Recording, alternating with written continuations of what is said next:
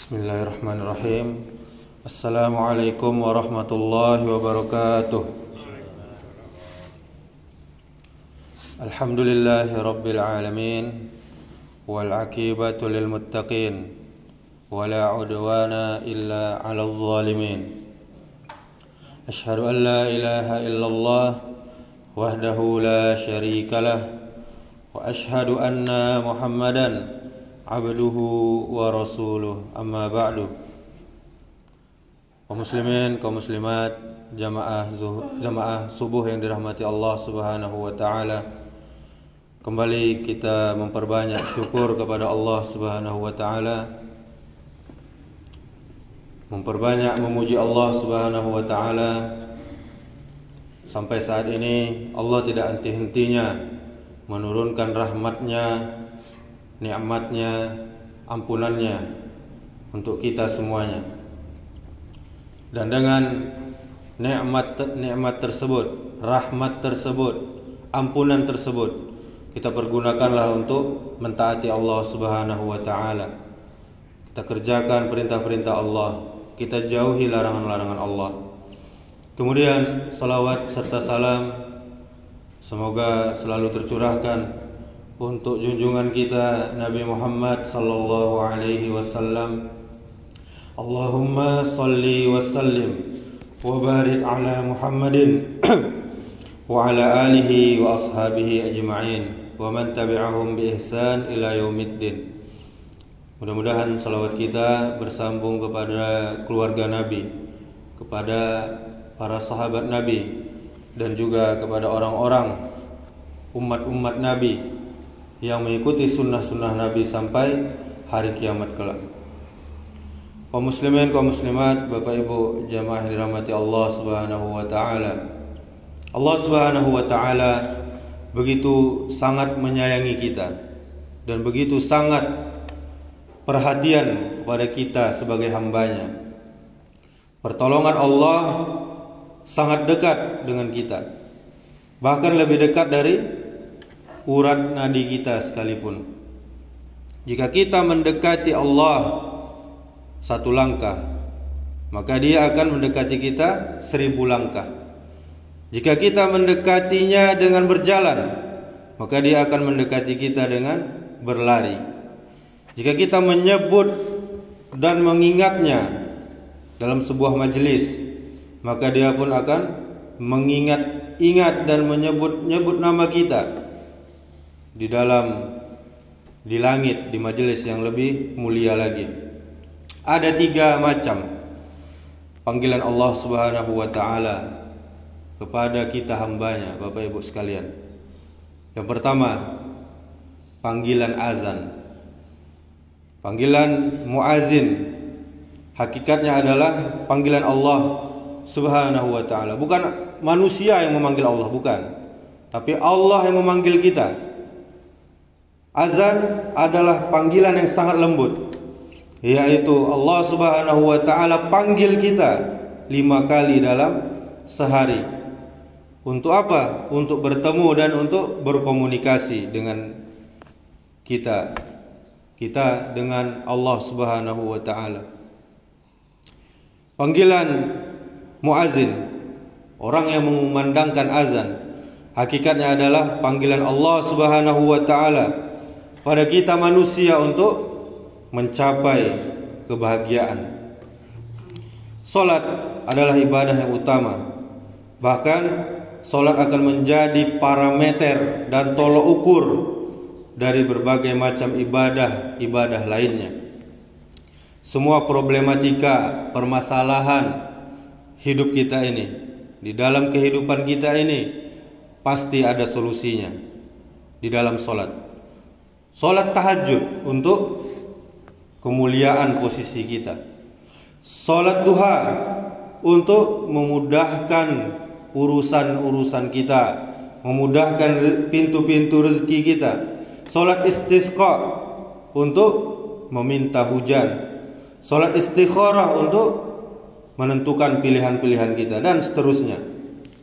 Allah Subhanahu wa taala berfirman di dalam Quran surat Al-Jumu'ah ayat 9. Ya ayyuhallazina amanu idza nudiya lis-salati min yaumil jumu'ati fas'au ila dzikrillah wa zarul bai' zalikum khairul lakum in kuntum ta'lamun. Wahai orang-orang yang beriman, apabila datang seruan untuk melaksanakan solat pada hari Jumat telah dikumandangkan, maka segeralah untuk mengingat Allah Subhanahu wa taala dan tinggalkan jual beli. Yang demikian itu pastinya lebih baik bagimu jika kamu mengetahuinya. Di dalam tafsir tahlili, Bapak Ibu jamaah yang dirahmati Allah Subhanahu wa taala, Allah menghimbau orang-orang yang beriman supaya segera ke masjid untuk sholat berjamaah apabila azan telah dikumandangkan. Wahai orang-orang yang beriman, dimanapun dan kapanpun kamu berada, apapun posisimu, apabila telah diseru dengan dikumandangkan azan untuk melaksanakan sholat Jumat pada hari Jumat atau sholat 5 waktu, maka segeralah kamu mengingat Allah dengan melaksanakan sholat yang khusyuk serta berzikir dan doa setelahnya, dan tinggalkanlah segala urusanmu berupa jual beli dan yang lainnya. Yang demikian itu meninggalkan tidak selamanya, sementara saja, beberapa menit saja berbagai kegiatan itu untuk kita segera melaksanakan sholat fardu berjamaah di masjid, maka itu pastinya lebih baik bagi kita dibandingkan dengan kita tunda sholat. Jika kita mengetahui keutamaan sholat di awal waktu berjamaah di masjid. Dalam surah Fussilat ayat 33 Allah berfirman, "Wa man ahsanu qawlan mimman da'a ila Allah wa 'amila shalihan wa qala innani minal muslimin." Siapakah yang lebih baik perkataannya daripada orang yang menyeru kepada Allah dan mengerjakan amal soleh dan berkata, sesungguhnya aku termasuk orang-orang muslim, orang-orang yang berserah diri kepada Allah Subhanahu wa taala.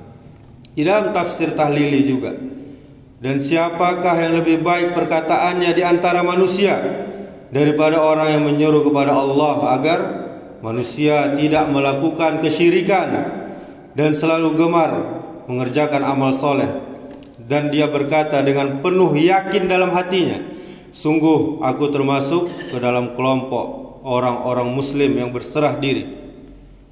Untuk azan didasarkan kepada perintah Rasulullah sallallahu alaihi wasallam di dalam sebuah hadis, jika telah tiba waktu salat, maka hendaklah salah seorang di antara kalian mengumandangkan azan untuk kalian, dan hendaklah orang yang paling tua di antara kalian yang menjadi imam. Hadis riwayat Bukhari.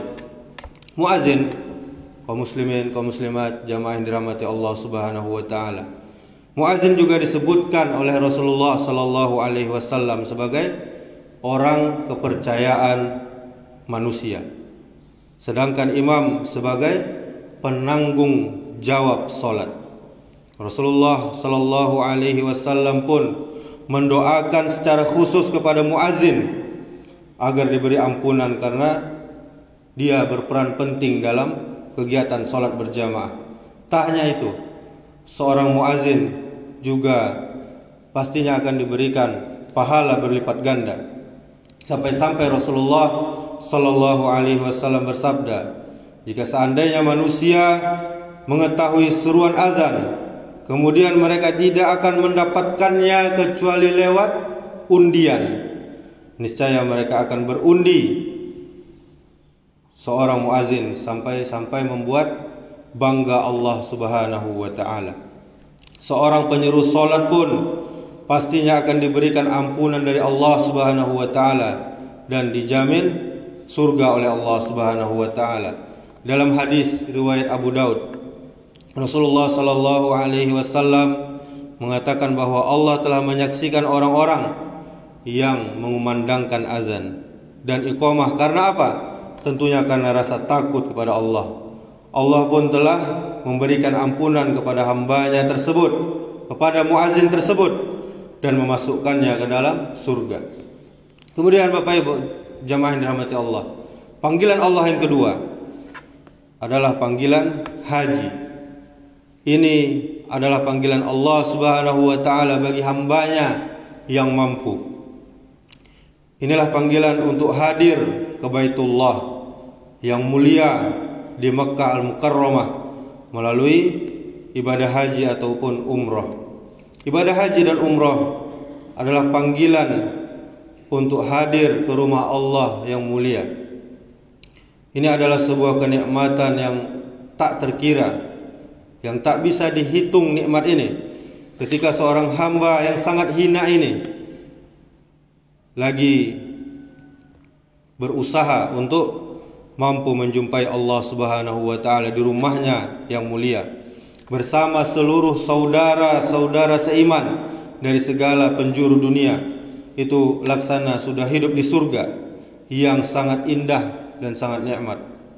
Bagi muslim yang belum berkesempatan hadir secara fisik ke sana, maka Allah Subhanahu wa taala juga memberikan kesempatan untuk mendapatkan pahala haji dan umrah sempurna manakala mereka mengerjakan salat isyraq yang menjadi rutinitas pagi hari. Nanti setelah kita taklim ini, beberapa menit kemudiannya itu adalah waktu untuk melaksanakan salat isyraq yang pahalanya kata Nabi haji sempurna dan sempurna.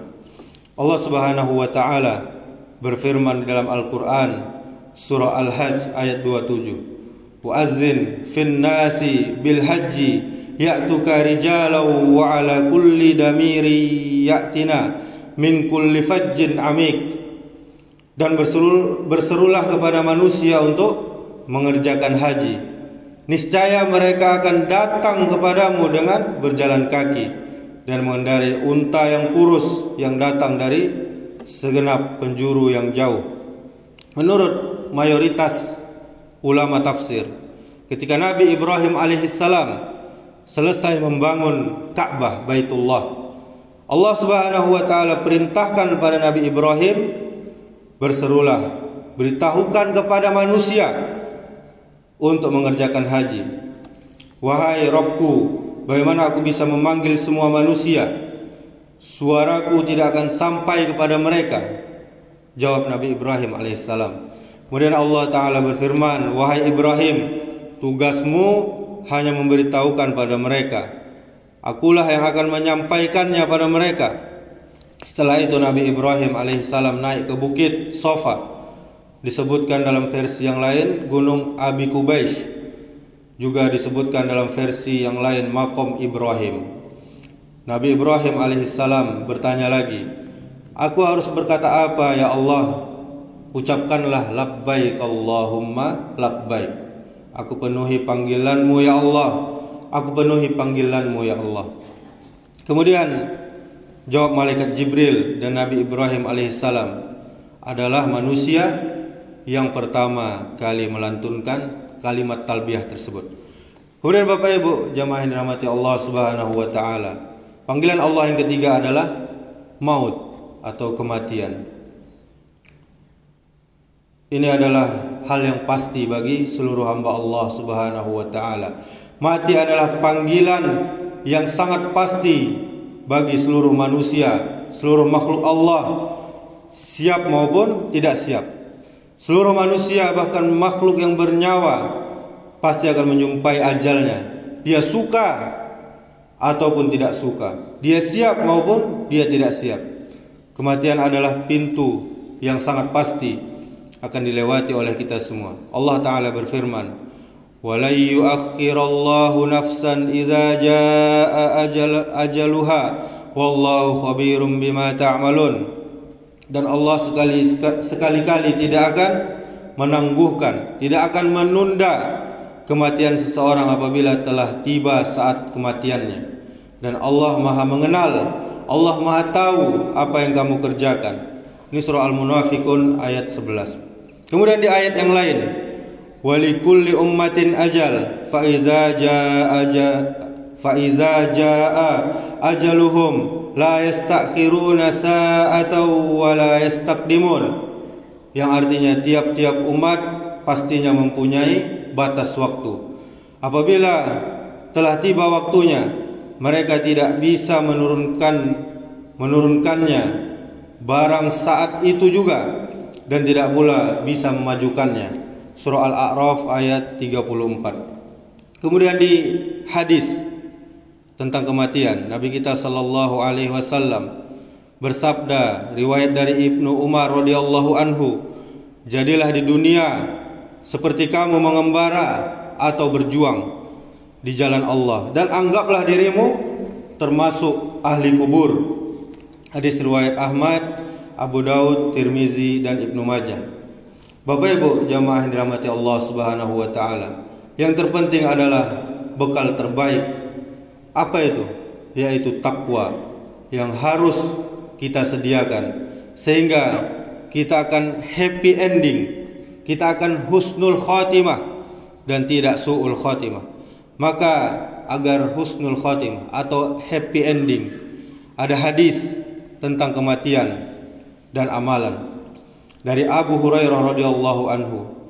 Rasulullah sallallahu alaihi wasallam bersabda, jika manusia meninggal dunia, maka terputus amalnya kecuali 3 hal. Yang pertama, sedekah jariyah, ilmu yang bermanfaat, atau doa anak yang soleh yang mendoakannya. Hadis riwayat Bukhari, riwayat Muslim, Abu Daud, Tirmizi, dan An-Nasai. Demikianlah, semoga kita dimampukan oleh Allah Subhanahu wa taala untuk memenuhi setiap panggilannya dengan cara yang terbaik. Amin. Allahumma amin. Subhanakallahumma wa bihamdika asyhadu an la ilaha illa anta astaghfiruka wa atubu ilaik. Wassalamualaikum warahmatullahi wabarakatuh.